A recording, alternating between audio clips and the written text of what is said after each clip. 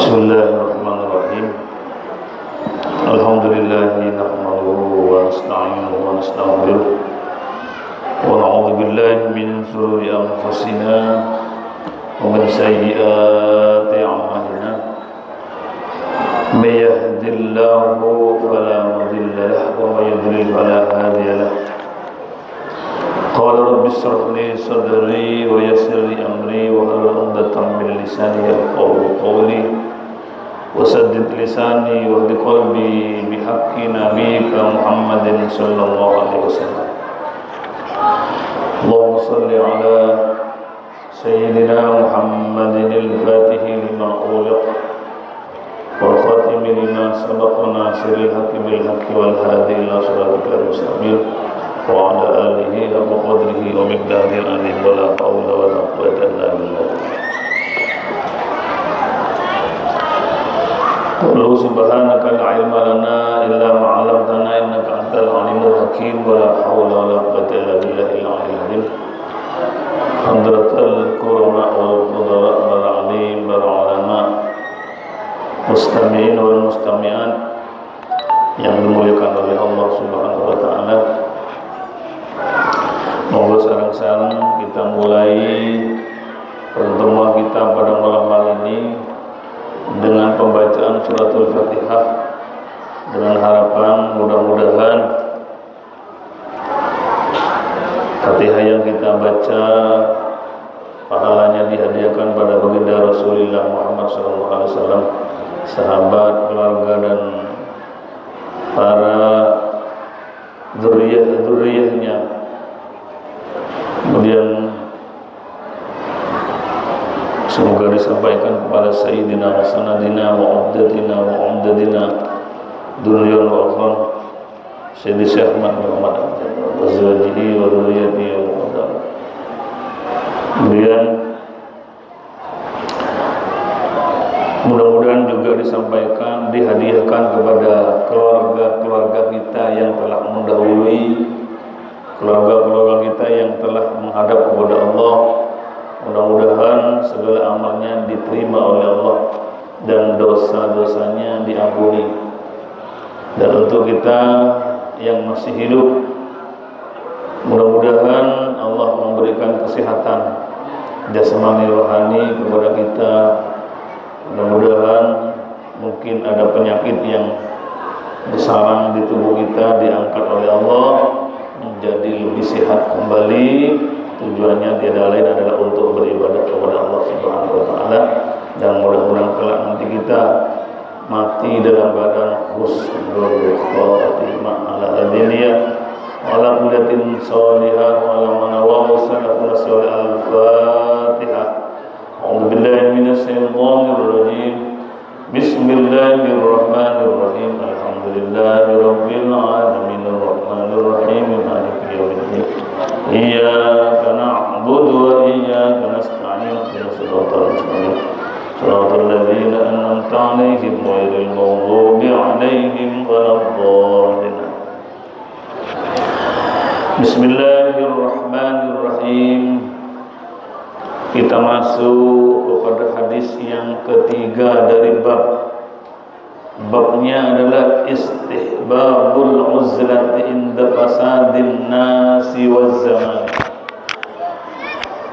Disunnahkannya menyendiri, beribadah menyendiri dalam artian fokus untuk beribadah kepada Allah inda fasadin nasi, di saat rusak-rusaknya manusia. Contohnya di akhir zaman sekarang ini semakin disunnahkan. Wazamani, dan rusaknya zaman, artinya kita disunnahkan mempunyai tempat khusus ibadah agar supaya ibadah itu bisa tenang, anteng, tidak terganggu. Ibu hari sudah dijelaskan apa yang dimaksud dengan uzlah. Ada namanya uzlah, ada namanya al-khulwat atau khulwah, sudah dijelaskan kemarin. Intinya al-uzlah dan khulwat itu adalah untuk memfokuskan ibadah kita agar supaya ibadah kita tidak terganggu dengan suasana yang ada di sekitar kita. Kita masuk ke hadis yang ketiga dari bab dan ke-599 dari awal. An Sa'id al-Khudri, wa anhu lan saking Sa'id al-Khudri radhiyallahu anhu qala ngendika sapa Sa'id al-Khudri ing pangandikan qala Rasulullah sallallahu alaihi wasallam, Nabi Muhammad sallallahu alaihi wasallam ngendikan ing pangandikan yusiku ayyakuna khairu malil muslimi ghanamun. Yusiku para ayakun apa yen to ono iku khairu malil muslimina luwih baguse artone wong muslim apa ghanamun, apa pedus ya tabi'u kang ngenuti kang ngikuti sapa muslim biha ing ghanamun sa'afal jibali ing ujungi ing pucuki gunung wa mawaqi al-kidri lan ing pira-pira panggonane nggon tumipane udan utawa rumput suket ya firru kang melayu sapa muslim bidinihi kelawan gawa agamane wong atau al-muslim minal fitani saking pira-pira fitnah fi akhir zaman. Kata Nabi, hampir saja kambing itu menjadi harta satu-satunya yang paling baik bagi orang muslim. Sebab harta ini Bapak Ibu banyak macam-macamnya. Ada yang dihasilkan dari petani, ada yang dihasilkan dengan buruh, kuli, ada yang dihasilkan dengan bisnis, dengan artinya dengan dagang, dengan macam-macam sekarang ini bentuk-bentuk trading atau dagang-dagang yang sifatnya tidak seberapa sulit karena menggunakan sistem yang dipakai, bahkan dengan komputer juga, tapi hasilnya lebih menggiurkan. Dan itu semua perlu adanya saringan. Apa saringan daripada bisnis itu, penghasilan harta itu? Saringannya adalah syariat agar supaya harta yang didapat adalah menjadi rezeki yang halal. Walaupun banyak, tapi kalau tidak halal kan percuma Pak. Jadi menjadi beban di akhirat nanti tentunya. Di sini karena memang babnya adalah al-uzlah inda fasadin nasi, maka kata Nabi, hampir saja kambing itu menjadi hartanya orang muslim yang sifatnya adalah diikuti sampai ke ujung gunung. Kambingnya diangun, diikuti sampai ke ujung gunung. Wa mawaqi'al qatri, dan tempatnya hujan atau tempatnya al-kala, tempat padang rumput diikuti. Kalau di ujung gunung jelas pada zaman saat itu adalah pasti rumputnya halal. Pohon-pohonan di sekitar gunung jelas halal karena belum ada yang memiliki. Artinya satu sisi yang lain bahwa orang yang mengembala hewan atau yang memiliki hewan di desa contohnya, maka harus ada semacam pembatas agar supaya hewannya tidak makan rumput sebelah. Sebab hukumnya hewan itu sama dengan hukumnya anak kita yang belum balik. Kalau terjadi perusakan atau hewan yang bisa merusak milik tetangga atau mengambil atau memakan miliknya orang lain, termasuk daun, pohon punya tetangga, tanaman, jagung kadang masih kecil dimakan, nah itu yang berdosa adalah yang memiliki. Kalau tidak dipagari, kemudian tidak diletakkan satu tempat yang aman untuk bisa mengambil atau memakan milik orang lain, maka yang berdosa adalah yang memiliki. Begitu juga anak kecil yang dapat memecahkan kaca di tangga, main bola, itu yang dosa bukan anak kecil itu, tapi orang tuanya. Kalau terjadi harus mengganti, maka yang harus mengganti adalah orang tuanya. Itu sama, karena sama-sama tidak punya akal. Yafirru bidinihi, di mana orang muslim itu menjauh dari keramaian. Bidinihi, dengan membawa agamanya. Menjauh minal fitani, dari fitnah yang terjadi mungkin di kampung atau di masyarakat itu. Kesimpulan dari apa yang disampaikan oleh baginda Rasul, bahwa beribadah lebih jauh dari keramaian itu bila inda fasadin nas, bila memang di kampung itu, di tempat rumah kita ada hal yang mengganggu masalah ibadah. Di bahasa di sini adalah fasadin nasi, rusaknya menungso, akhlak yang tidak sudah karuan, kemudian yang sudah tidak senonoh dalam bertingkah laku, maka sebaiknya kita menjauh untuk beribadah kepada Allah. Kemudian dinyatakan bahwa hampir saja kambing itu lebih baik daripada istilahnya penghasilan rezeki yang lain.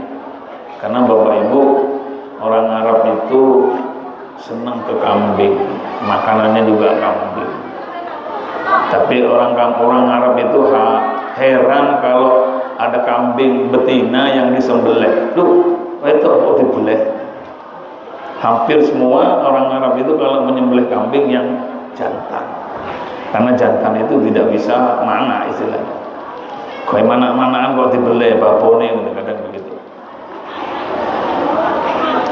Orang-orang kita kadang heran. Katanya orang pribumi Indonesia kalau makan kambing karena kok darah tinggi. Kalau orang Arab enggak. Mungkin kambingnya dibacakan selawat sehingga gitu. Karena memang ada, saya mengatakan mungkin dibacakan selawat itu ada seorang orang kita lah. Bah, karena buatan dahar kambing. Ngeceri kula darah tinggi. Pangan orang Arab bilang begitu, orang Surabaya. Wis pangan iku mari diselawati. Itu terjadi waktu bulan Maulid. Wis pangan iku mari diwacani selawat. Tak kira jadi darah tinggi gitu. Jadi di sini Rasulullah menyebut masalah ghanam atau kambing. Karena ini mungkin pada zaman Rasul itu adalah sebagai penghasil, istilahnya bagian daripada sumber ekonomi, mungkin diantaranya adalah kambing. Kambing yang mesti digembala di satu tempat, tempatnya air, tempatnya padang-padang rumput, tentunya air yang umum, yang belum ada yang memiliki, seperti di gunung ada sumber, kemudian ada mungkin di sana adalah al-qala, mawadi'ul qala, yaitu adalah padang rumput, sehingga yang dimakan oleh kambingnya adalah halal, bukan rumputnya orang lain. Seperti di desa itu orang yang mengembala kambing atau sapi. Kadang-kadang bukan sapinya yang makan rumput itu, karena yang ngarit itu gak milih wewo. Walaupun sebelumnya orang lain kadang-kadang diambil tuh. Kadang-kadang daun potong turi itu kadang-kadang milih orang, ketika tolak-tolak nggak ada orang diambil, kemudian diberikan sapi, termasuk merusak keaslian kehalalan hasil paninnya. Karena kekuatan sapinya itu diambil dari rumput-rumput yang enggak halal.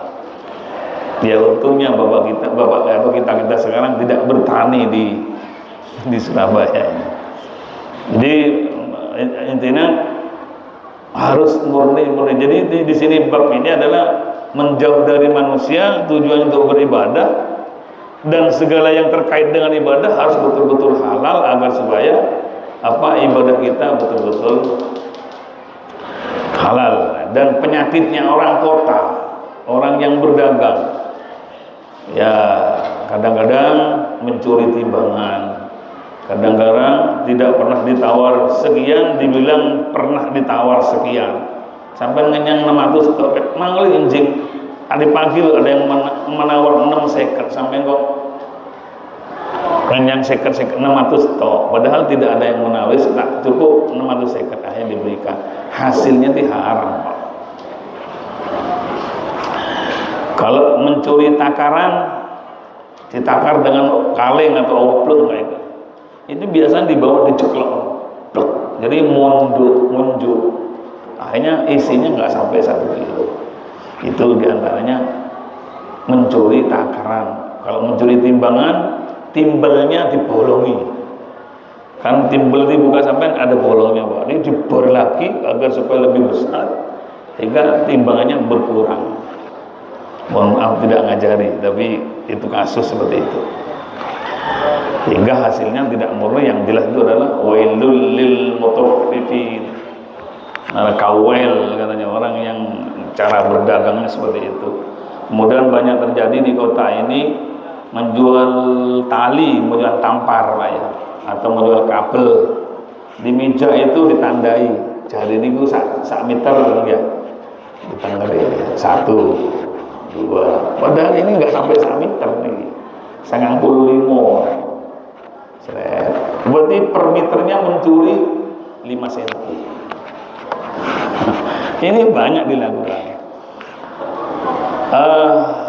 Yang jelas adalah hasilnya tidak halal. Kalau sudah yang dimakan barang haram, seperti yang pernah disampaikan, asor jawarihuhu, orang yang makan barang haram, awake dhewe ini aras-arasan, kata sembahyang aras-arasan, mau baca Al-Quran aras-arasan, mau ke ampel aras-arasan, itu berarti bertanda ada barang haram yang masuk itu.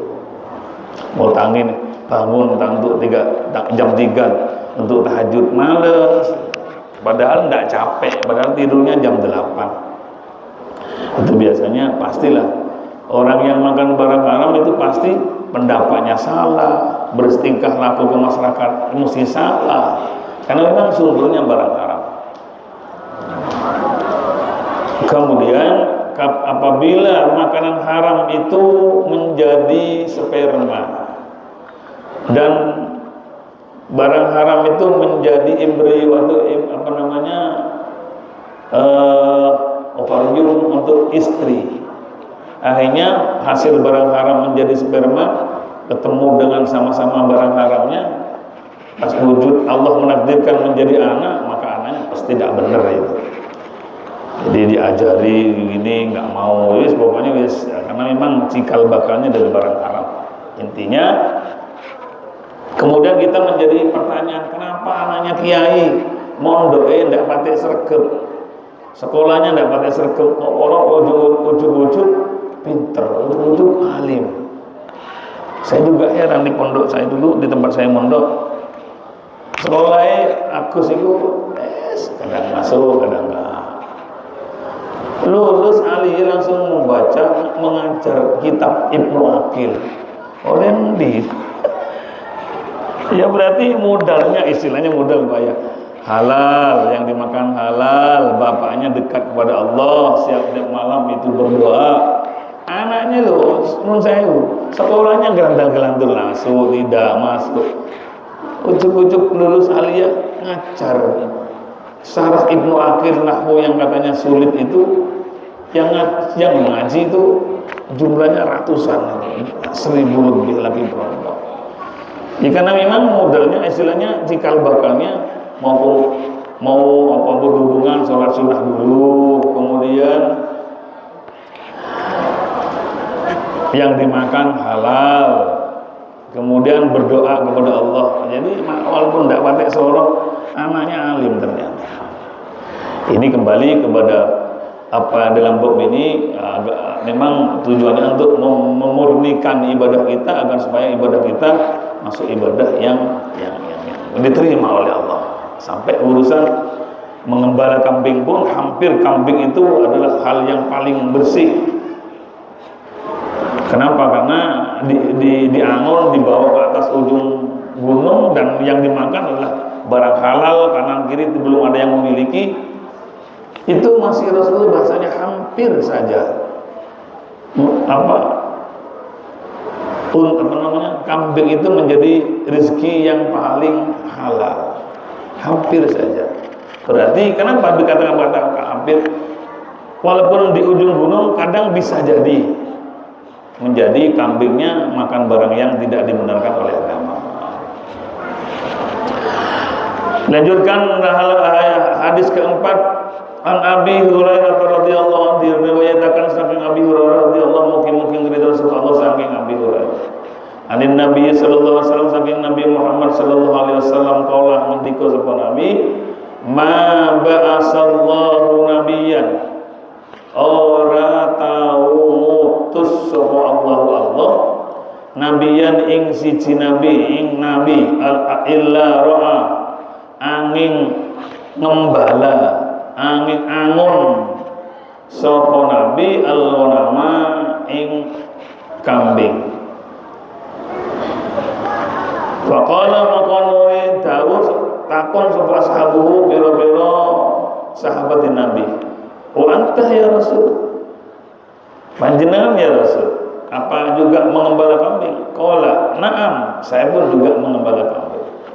Kuntu ono sapa ingsun iku ar'a, iku ngangun sapa ingsun ha ing ghanam, ala qararito ing atase pirang-pirang dinar, pirang-pirang dirham, ongkos istilahnya li ahli Makkah, di mana kambingnya milik ahli Makkah. Jadi Nabi Muhammad masa kecilnya Bapak Ibu, kok coro anak sekarang kalau butuh uang kan langsung minta ke ayah ke ibu.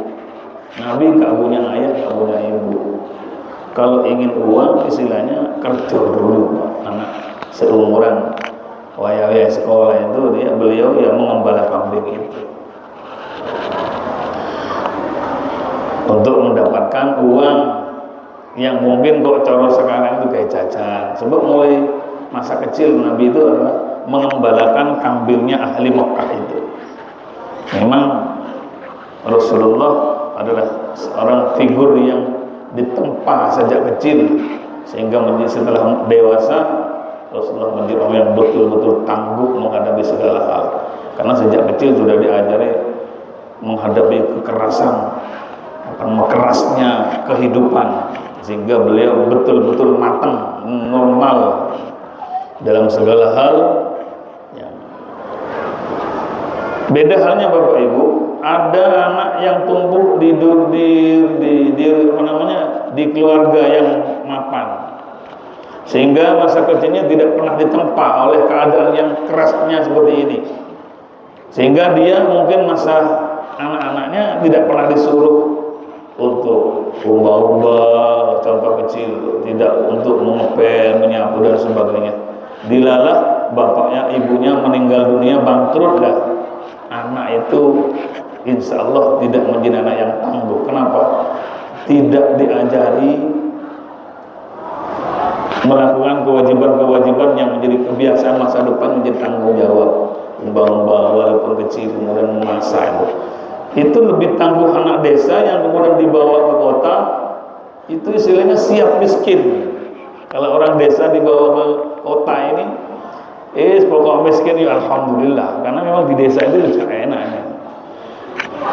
Dalam artian bahwa kehidupan masa depan anak itu adalah sangat ditentukan oleh orang tua, bapak dan ibunya mengajarkan apa tidak. Kembali kepada hadis ini, kata Nabi Muhammad SAW dari Abu Hurairah, tidak seorang nabi pun dalam hidupnya kecuali mereka adalah mengembala kambing. Kenapa mesti kambing, kok bukan hewan yang lain Bapak Ibu? Kalau melihat dari watak atau mempelajari kambing, kambing itu orangnya, keadaannya perlu diambil kesimpulan daripada membaca hikmah dari balik kehidupan kambing.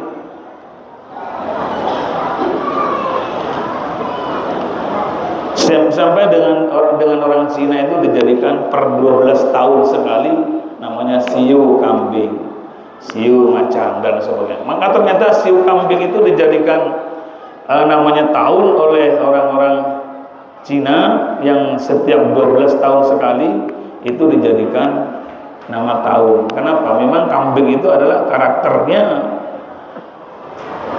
penurut, kemudian kalau saya punya catatan di sini adalah tak segan untuk terjun ke dalam situasi yang paling berbahaya, itu kambing. Kemudian cenderung memiliki kepribadian yang berapi-api, kambing. Sisi baiknya Pak kambing itu. Dan stabil hidupnya, simpatik kepada bawahannya, ramah dan penuh dengan rasa kebaikan hati terhadap orang lain. Itu namanya siu kambing yang dijanjikan. Ini tidak seorang nabi pun kecuali pasti gembala kambing. Kenapa kok kambing? Lihat tamar rino biro'iha, agar supaya mereka merasa terlatih biro'iha dan mengembala kambing. Di balik itu sambil berpikir dan melihat karakter dari kambing itu, alama sayukallifuna minal qiyami, untuk hal-hal yang mesti dilakukan dari kewajiban-kewajiban bi amri umati, urusan umat. Jadi Allah sengaja memberikan kebiasaan kepada para nabi-nabi itu mengembala kambing agar supaya di balik karakter kambing itu bisa diambil kemanfaatan atau bisa dipaham.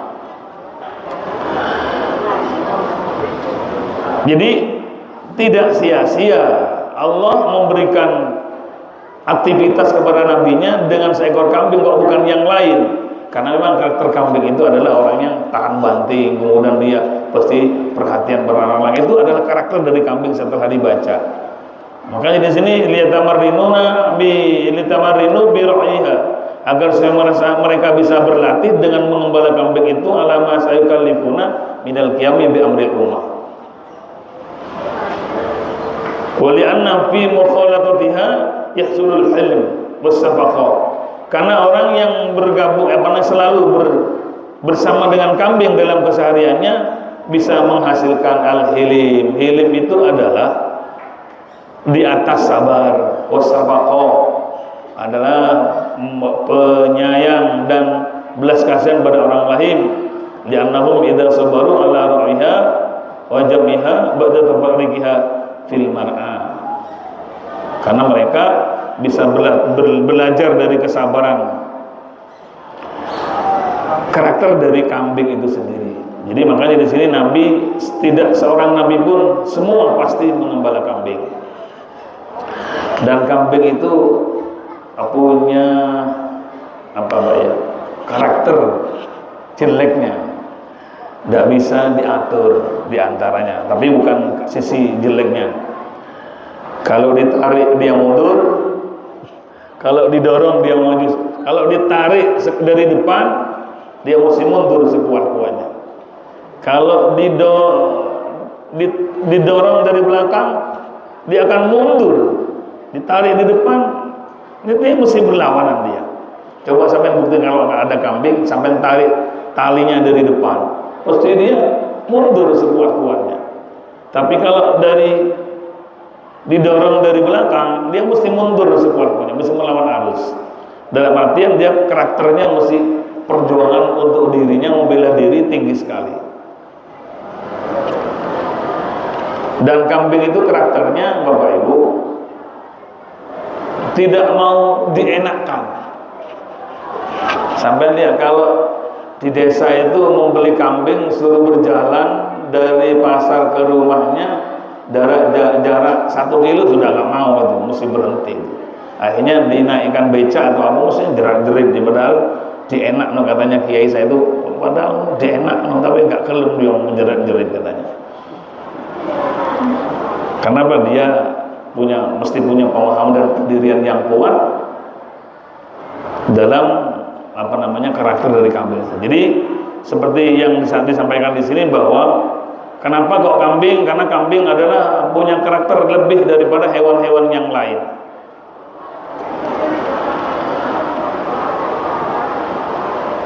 Di saat ditanya oleh sahabat, panjenengan ya Rasul, apakah mengembala kambing? Iya, saya juga mengembala kambing. Saya mengembala kambing milik orang-orang Mekah, ahli Mekah, dan saya mendapat imbalan dari mereka yang dikatakan Al-Qararid. Qararid ada yang mengatakan ada satu tempat di Mekah, tapi Ibrahim menyatakan bahwa Qararid adalah nama tempat padang rumput yang di sana kambing digembala. Ada yang mengatakan Qararid ini adalah balasan dari pemilik kambing, setiap hari dibayar sekian. Ada dinar, ada dirham pada zaman Nabi itu. Jadi sampai ceritanya Nabi Musa itu pun juga terkait dengan kambing. Nabi Musa itu ketika nikah oleh mertuanya diberi mas kawin berapa? Mas kawin mengembala kambing selama 10 tahun. Panjenengan siap tak? Mas kawin sing beta wayu, tapi mas kawinnya apa? Mengembala kambing 7 tahun. Karena 7 tahun belum terselesaikan, maka nggak boleh demak-demak, nyentuh nggak boleh, sekamar nggak boleh selama 7 tahun mengembala kambing. Kalau sekarang, aduh, ini 7 tahun tangan tenis, gak sabar koyokan. Tapi karena memang di sanalah bijaknya Allah Subhanahu wa taala. Nabi Musa itu kan diambil anak oleh Fir'aun. Fir'aunnya bukan hanya kafir tapi mengaku sebagai Tuhan. Istrinya Fir'aun itu adalah muslimah, Islam.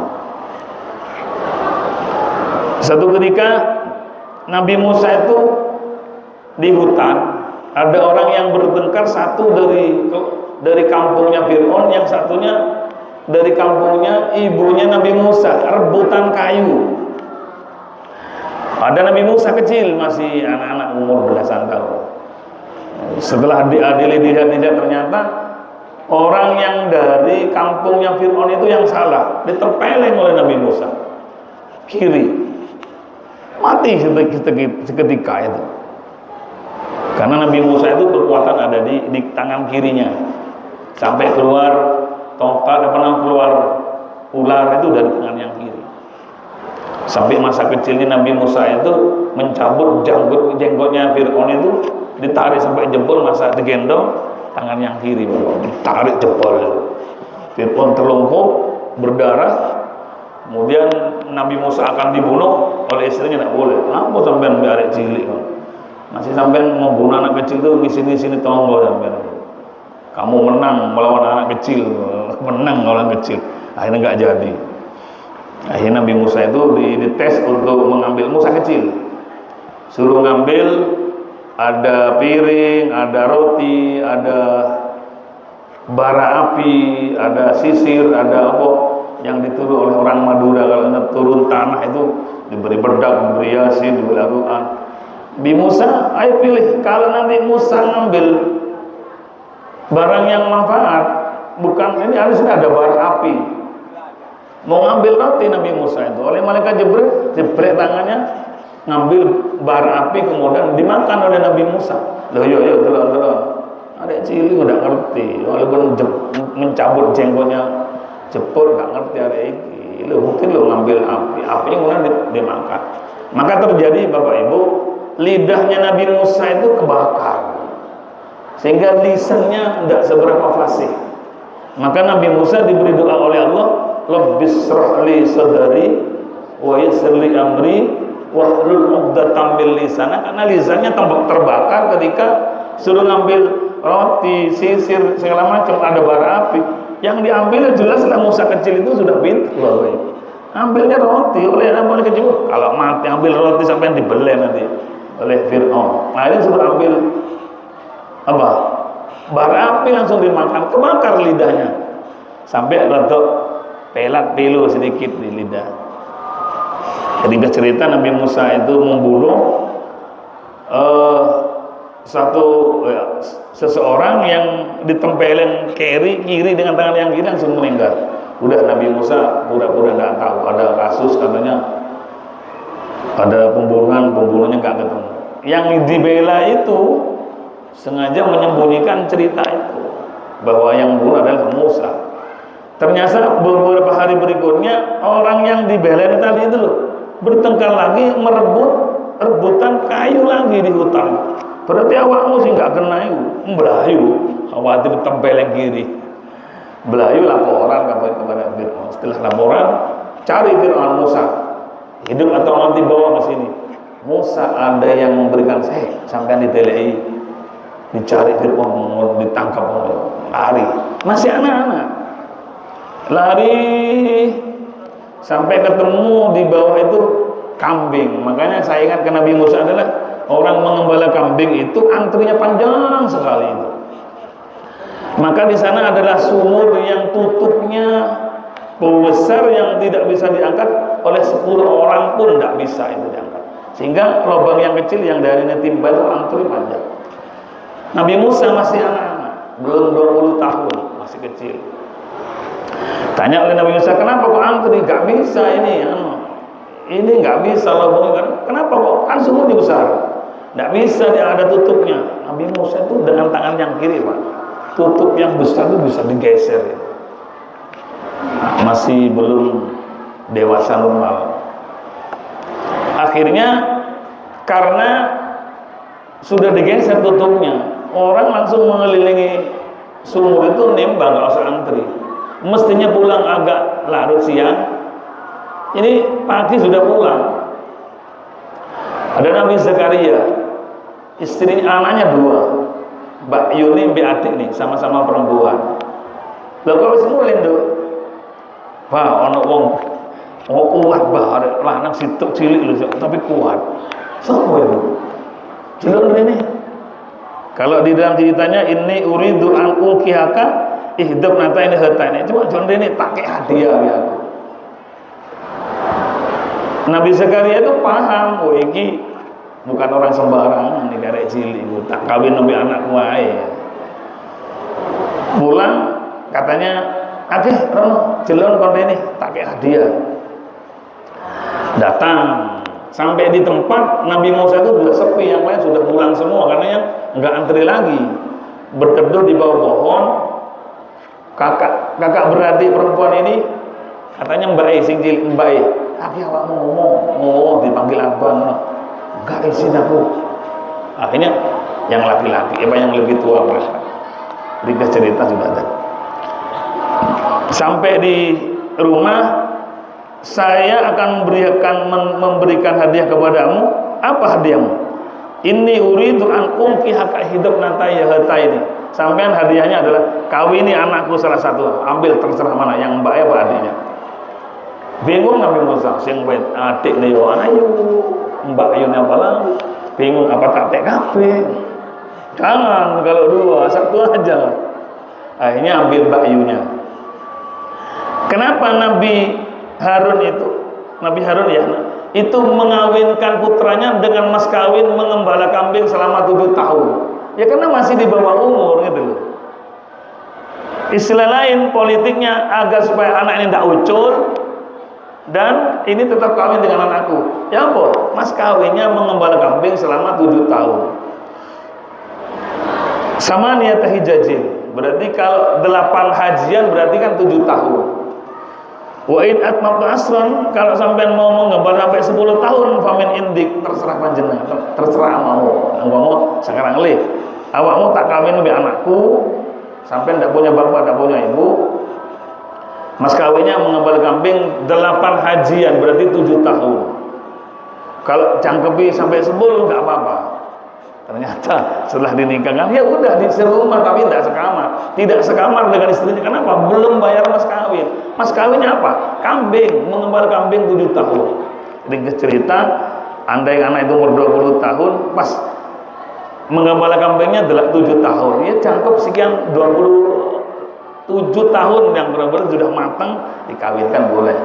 Ringkas cerita, Nabi Musa pamit kepada mertuanya, "Pak, saya punya ibu masih hidup. saya mau pulang, barangkali masih ada. Ya udah, akhirnya ayo Musa, lihat di kamar itu ada tongkat, ada pedang, ada segala macam senjata. Maka Nabi Musa tidak mengambil pedang, suruh pilih untuk kai senjata di jalan. Menunjuk tongkatnya Nabi Adam, itu Pak, saya ambil itu. Kok tidak pedang? Ambil itu aja. Itu yang kemudian ada di tongkat, bisa membelah laut, segala macam, itu adalah tongkat itu. Balik ke kampungnya, ibunya ternyata masih hidup. Ketemu lagi, sudah punya menantu, anaknya putrinya Nabi. Jadi kembali bahwa dalam kambing memang ada satu rahasia yang tersembunyi di dalam kambing. Satu diantaranya, kenapa kambing? Karena karakter dari kambing adalah hebat, berani, tidak penakut, tidak pemalas, agar supaya Nabi itu bisa mempelajari karakter itu. Kenapa kambing, mengembala kambing sebagai mas kawin? Karena Nabi Musa itu masih di bawah umur untuk menikah.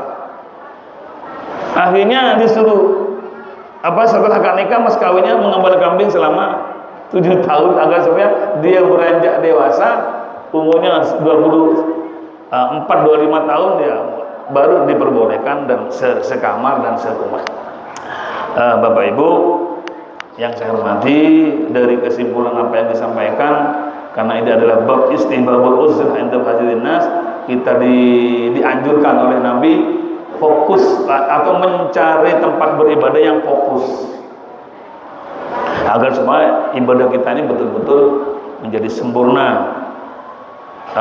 Baik dari sisi makanan yang dicontohkan dengan kambing tadi itu, atau fasilitas tempat, sehingga beliaunya itu zaman dahulu itu orang laki-laki menjauh di atas gunung, ya tempatnya halal. Sebab kalau di desa mungkin atau di kota apalagi, bisa jadi fasilitas tempat pakaian itu bisa jadi barang haram.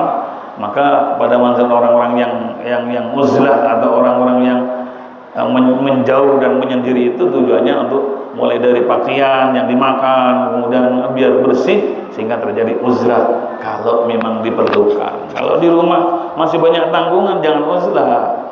Anaknya 5, yang mencari penghasilan ada bapaknya, pas ditinggal uzlah, ya mati anaknya. Dalam artian, walaupun toh kita tidak bisa uzlah seperti yang diharapkan, tapi kita harus fokus. Ada jam tertentu untuk beribadah, ada tempat tertentu yang untuk beribadah, sekiranya dengan sehalal mungkin, agar supaya sekali lagi ibadahnya menjadi ibadah yang sempurna, bisa diterima oleh Allah, dan bisa mengantarkan kita di balik ibadah itu menuju atau mendapat maghfirah, pengampunan dari Allah, mendapat rahmat dan kasih sayang dari Allah, dan tentunya karena kita melakukan syariah Rasul, mendapatkan as-syafa'atul udma dari baginda Rasulullah Muhammad SAW. Amin. Amin. Al-Fatihah. A'udzubillahi minasyaitonir rajim. Bismillahirrahmanirrahim. Alhamdulillahirabbil alamin arrahmanirrahim maliki yaumiddin iyyaka na'budu wa nasta'in ihdinas siratal mustaqim siratal ladzina an'amta 'alaihim sallallahu alaihi sayyidina Muhammadin walhamdulillahirabbil alamin. Allahumma shalli ala sayyidina Muhammadin al-fatih lima ulika wal khatim lima sabaq nasiril haqqi bil haqqi wal hadi ila siratal mustaqim wa ala alihi wa qadrihi wa dardim. Allahumma ja'alna wa auladana wa talamidana wa dhurriyyatina wa zawjatina min ahli ilmi wal khair wa la taj'alna wa ayyaman syarril dar. Allahumma khtim lana bil iman, Allahumma khtim lana bil iman, Allahumma khtim lana bil islam bi rahmatika ya arhamar rahimin. Rabbi ighfir lana wa liwalidina warhamhum kama rabbawna shighara. Wa sallallahu ala sayyidina Muhammadin wasallam. Subhana rabbika rabbil izzati amma yasifun wa salamun alal mursalin walhamdulillahi rabbil alamin. Rabbana taqabbal du'ana bil Fatihah. Assalamualaikum warahmatullahi wabarakatuh.